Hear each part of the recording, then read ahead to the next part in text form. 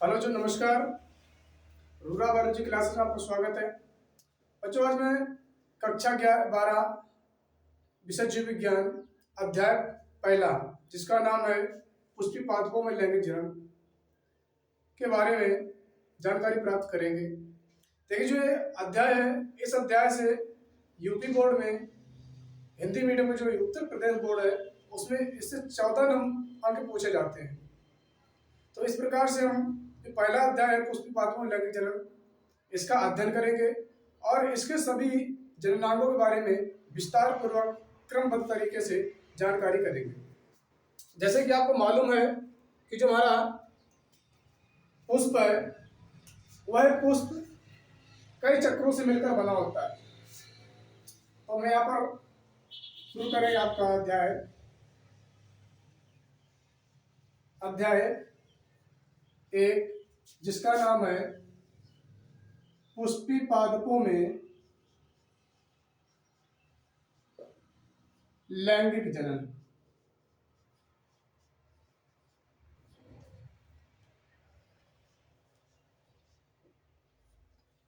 पुष्पी पादपों में लैंगिक जनन यानी कि sexual reproduction in flowering plants, जो लेसन फर्स्ट है। तो इसमें सबसे जो पहले टॉपिक पर बात करेंगे, सेक्सुअल रिप्रोडक्शन क्या है, यानी what is definition of sexual reproduction. तो आपको मालूम होना चाहिए कि जो हमारा लैंगिक जनन है, इस लैंगिक जनन को संपन्न करने में दो युग्मकों की आवश्यकता होती है। डबल इंडिविजुअल आपस में क्या करते हैं, फर्टिलाइज करते हैं, यानी निषेचन करते हैं, और निषेचन होने के बाद जनरेट करते हैं। तो इस पूरी प्रोसेस को बोला जाता है sexual reproduction in flowering plant, यानी कि पुष्पी पादपों में लैंगिक जनन। तो हम परिभाषा लिखेंगे लैंगिक जनन की। सबसे पहले हम परिभाषा लिखेंगे लैंगिक जनन की।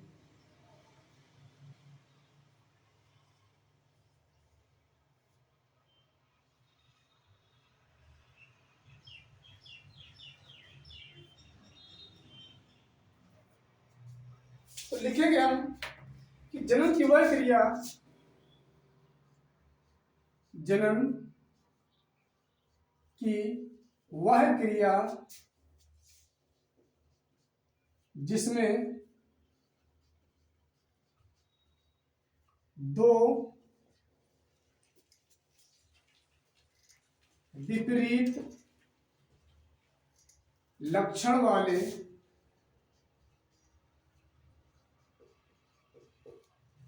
युग्मकों की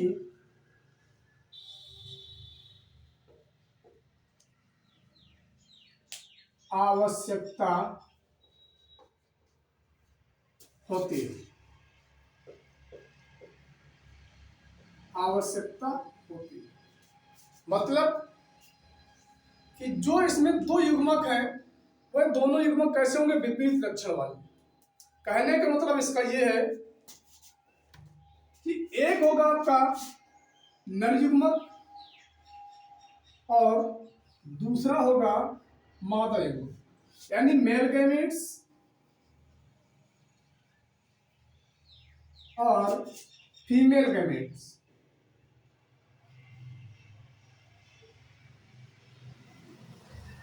ये अब ये आपस में क्या करेंगे, आपस में कंजॉइंट होंगे। कंजॉइंट होने के बाद यहां पर ये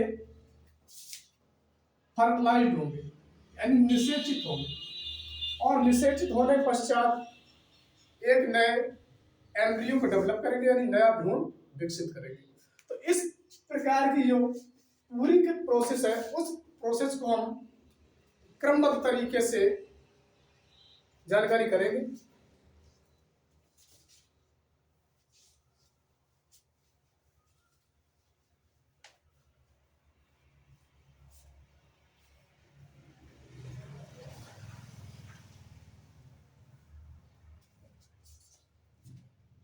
तो अब इसमें हम सबसे पहले पुष्प की संरचना को देखते हैं।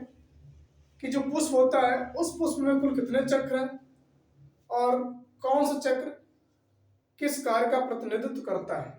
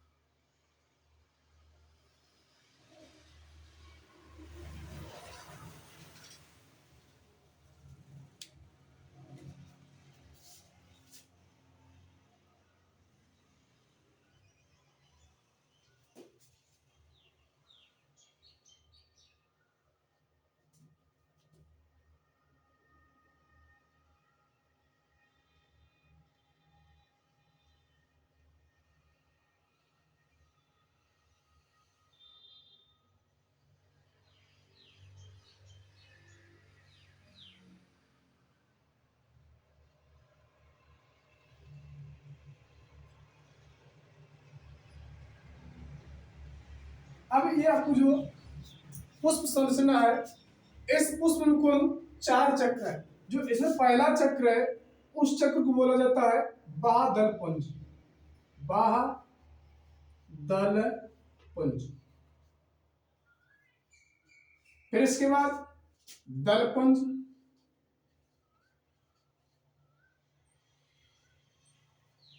इसके बाद आपके पुमंग है जिसको हम नर जननांग के नाम से जानते हैं, पुमंग या पुंकेसर भी लिख सकते हैं आप।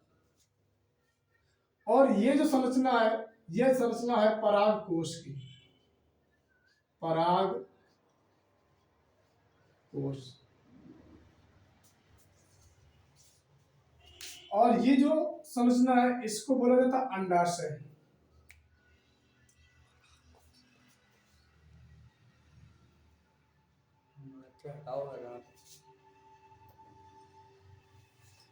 ये अंडाशय। इसके बाद वर्तिका,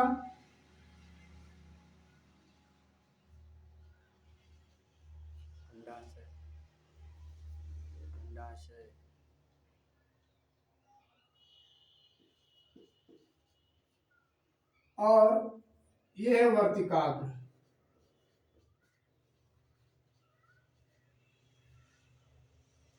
और ये जो संरचना है इसको बोला जाता है पराग नली, पराग नली। और इस पूरी संरचना को बोला जाता है पुष्पासन, पुष्पासन। यानी इंग्लिश वर्ड में देखें थे calyx, corolla, androecium, gynoecium, ovary, ovules, thalamus, placenta. Ovary, ovules, thalamus, placenta. तो इस प्रकार से ये आपके पुष्प की संरचना है। और इस पुष्प में कुल 4 चक्र है। जिसका प्रथम चक्र है उसको बादल पुंज कहते हैं, द्वितीय चक्र को दलपुंज, तृतीय चक्र को भुमंग और चौथा चक्र होता है उसको हम जायांग के नाम से जानते हैं। यहाँ पर लिखेंगे हम, यहां से लेकर ये जो संरचना है आपकी,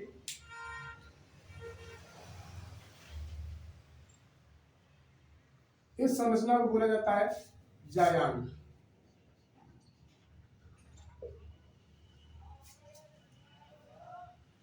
तो अब देखिए यहां पर जो पुष्प है इसमें सभी चक्र अपना अपना कार्य करते हैं। जैसे प्रथम चक्र है, द्वितीय चक्र है और तृतीय चक्र। इन तीनों चक्र को नर जननांग को पुष्प कहा जाता है। यानी पुष्पों में ये तीनों चक्र नर जननांगों का प्रतिनिधित्व करते हैं। जो मेल रिप्रोडक्टिव ऑर्गन्स है इन फ्लावर, उनको पार्टिसिपेट करता है। तो इनको हम लिखेंगे नर जननांग, पुष्प के नर जननांग। अब इसको दो भागों में बांटा गया है, एक सहायक जननांग है और एक मुख्य जननांग।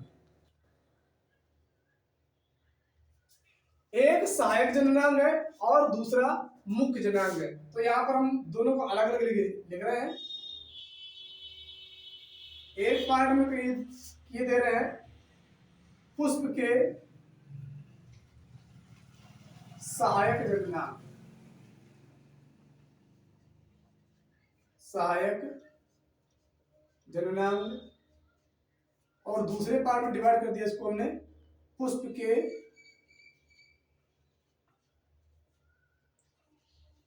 मुख्य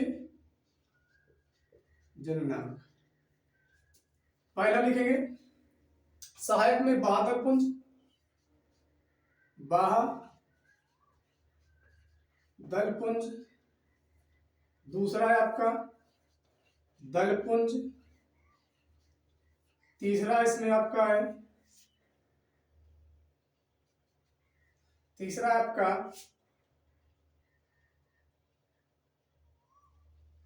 पुमंग।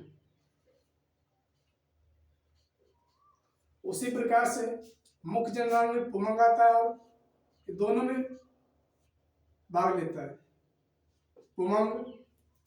फिर दूसरा नंबर आएगा परागकोश,